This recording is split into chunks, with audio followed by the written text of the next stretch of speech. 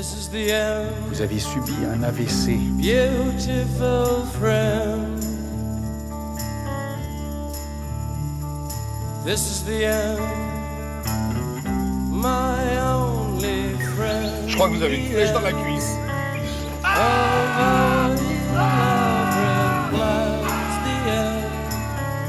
Of everything that stands the end, no safety or surprise the end. Moi que tu parles. Il a pété, j'ai entendu faire prout. Bonjour bande de chiens galeux, aujourd'hui la vidéo d'une vie, mon destin même, qui me mène à cette tragédie. On va parler du Baltringue avec Vincent Lagaffe. Un film qui m'a littéralement mis KO, qui m'a fracassé. Le film est sorti en 2010 et donc c'est avec Vincent Motherfucking Lagaffe. Et déjà, le premier problème, avant même de lancer le film, le Baltringue. Moi, toute ma vie, je sais pas vous, mais moi, toute ma vie, j'ai entendu la Baltringue. Ouais. Je viens du sud après, peut-être qu'on est un peu différent. Salut, c'est Crash à tous les fils de pute. T'entends pute nègre. Alors ensuite, le projet, il a été porté par Vincent Lagaffe, himself. Et bon, pour les Gen Z qui connaissent pas, Vincent Lagaffe, c'était un présentateur télé très populaire qui animait le Big Deal, un jeu de télé avec de l'argent et tout. Personnellement, quand j'étais gamin, c'était mes grands-parents qui regardaient ça, ils étaient addicts à ça, là. Des zombies devant le Big Deal. Après, c'était Question pour un champion, évidemment. Et après, c'était le truc avec le mec qui a une tâche, Jean-Luc Reichmann. Mais les zombies, je pense que tu vas dans une maison de retraite, ils sont tous... les 12 coups de minuit. Les 12 coups de midi. C'est l'apocalypse de George Romero. Mais voilà, avant tout ça, c'était Vincent Lagaffe. Et j'ai pas la télé chez moi, mais j'ai ouï dire qu'apparemment Vincent Lagaffe est back. Apparemment, il fait des émissions, toujours en 2026. Donc, c'est incroyable, quoi. On vit dans une dystopie. Et donc, ce con, il a écrit le scénario. Et en plus d'écrire le scénario, comme si c'était pas suffisant, il a mis 1 million d'euros de sa fortune personnelle dans le projet. Je vous le dis tout de suite, le film, il a fait un gigaflop. Je pense pas que Vincent Lagaffe ait rentabilisé 100 millions d'euros, pour information. Et d'ailleurs, le film était produit par une boîte de production qui s'appelle Wesh Wesh Productions. Et pour ne rien arranger, le film il est réalisé par le réal de clip de Johnny Hallyday. On est au cœur du mal, là, Carpentier. Et rien qui va, on n'a même pas lancé le film, et déjà c'est l'apocalypse, quoi. Et donc le film commence et on comprend pas trop. Vincent il dort, mais il y a un mec là avec un flingue là qui fait quoi? Il fait un cambriolage. Et le décor là, c'est quoi là? Il est au Louvre ou quoi? C'est quoi ce décor sans déconner là? En fait c'est bon là, en fait il va voler les bijoux, c'est ça. Et donc ce mec c'est Philippe Cura, le mec de Caméra Café. Une série de télé nulle, Gen Z, vous avez rien manqué. Et Vincent Lagaffe, il se réveille et il commence sa journée.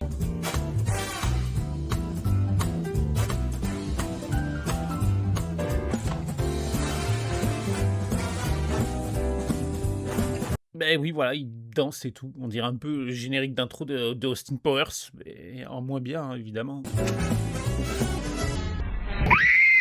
Et donc Vincent, c'est un présentateur télé star. Et c'est tellement une star que lorsqu'il déboule au studio, il y a 3 figurants à l'entrée de ce qui ressemble à la MJC de Castelnau-le-Lez, putain.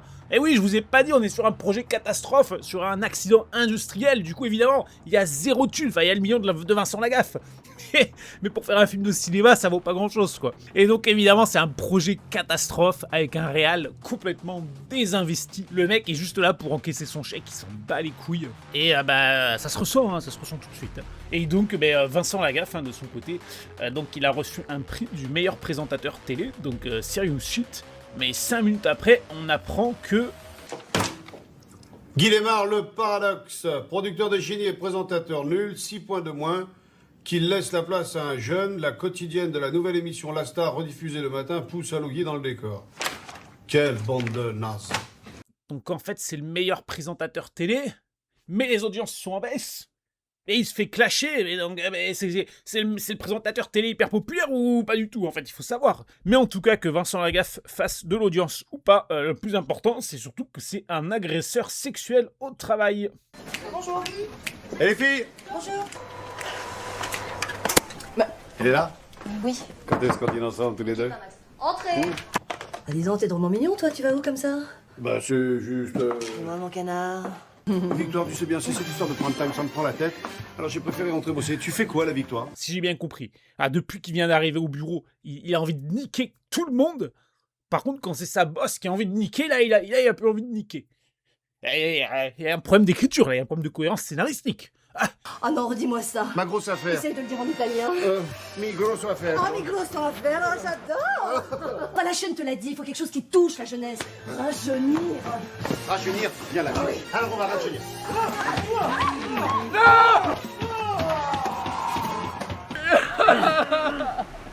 Il baise et ça fait tout trembler tellement il baise. C'est marrant, non? C'est tout. Bah écoute, tu sais quoi? Tu m'as demandé de rajeunir. Là, on a perdu 20 ans.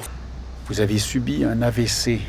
Et donc tout ça, dans ces histoires de baise frénétique. Voilà, vous vous rappelez qu'il y avait l'autre con là qui tuait des mecs au début là. Et ben c'est un agent secret, voilà, pour l'État français. Voilà. Apportez-moi le dossier Gaston.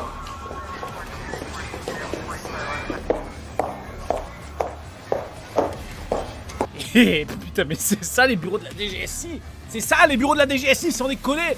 Ils sont tournés dans le hangar désaffecté de Stein, où des petits parisiens bourgeois de merde font des rêves partis et cassent les couilles à tout le monde ou quoi là? Oui, c'est du vécu. Et bref, ce cassos, il doit tuer un trafiquant russe, récupérer une arme chimique et une mallette de thunes pour... Nico et moi, on voudrait que vous rameniez les deux mallettes. Les deux mallettes. Oui, mais ne faites pas l'innocent. Hein. S'il y a vente, il y a forcément argent. On a de gros frais personnels en ce moment. Sa petite amie lui coûte cher. Et la mienne aussi. Hein? Vous savez bien les femmes. Hein? Bah dégagez, qu'est-ce que vous attendez? Mon commandant. Ok. On est dans des bails de trafic d'influence, d'argent sale. On est un peu sur un film prémonitoire pour le coup, j'avoue. Et bref, le film nous fait aussi le coup du flic casse-cou. Attention aux notes de frais, etc. Vous êtes un vrai psychopathe de la destruction, mon pauvre ami. Faut vous calmer, Janvier, hein? Un peu comme le duo de L'Arme Fatale, hein. C'est un peu la vibe que le film a envie de mettre. Mais sauf que dans L'Arme Fatale, ça marche, parce qu'en fait, ils ont ces délires d'assurance, voilà, où ils doivent pas faire trop de dégâts, etc. Mais en même temps, on les voit faire des dégâts. Il y a littéralement le troisième film, littéralement, ils commencent, ils font péter un immeuble, ils font s'écrouler un immeuble en entier. Et du coup, c'est marrant. Et là, dans le Baltrag, il a rien fait. C'est pas marrant. Et bref, ensuite, il va dans une cité. Il était où? En vacances? Mais ça va. Bonjour. Toujours la classe, hein. Beau gosse. Non, pas du tout, putain, avec sa dégaine de Terminator et coupe plus là, mais sérieux, putain, mais on est où? Et bref, putain, mais je vais arrêter de m'énerver, et il va retrouver sa filleule qui fait de la musique dans une cave. Ok, pourquoi pas? Et ensuite, il l'amène un casting, évidemment, où Vincent Lagaffe est présent, eh oui. I don't know.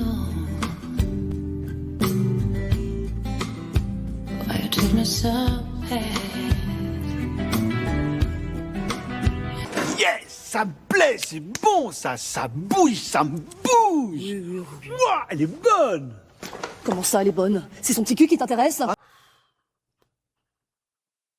Et du coup, comme vous le devinez, Vincent, il a envie d'en faire une star. Du coup, il décide de prendre en voiture le mec pour en discuter. Attendez, je peux vous déposer.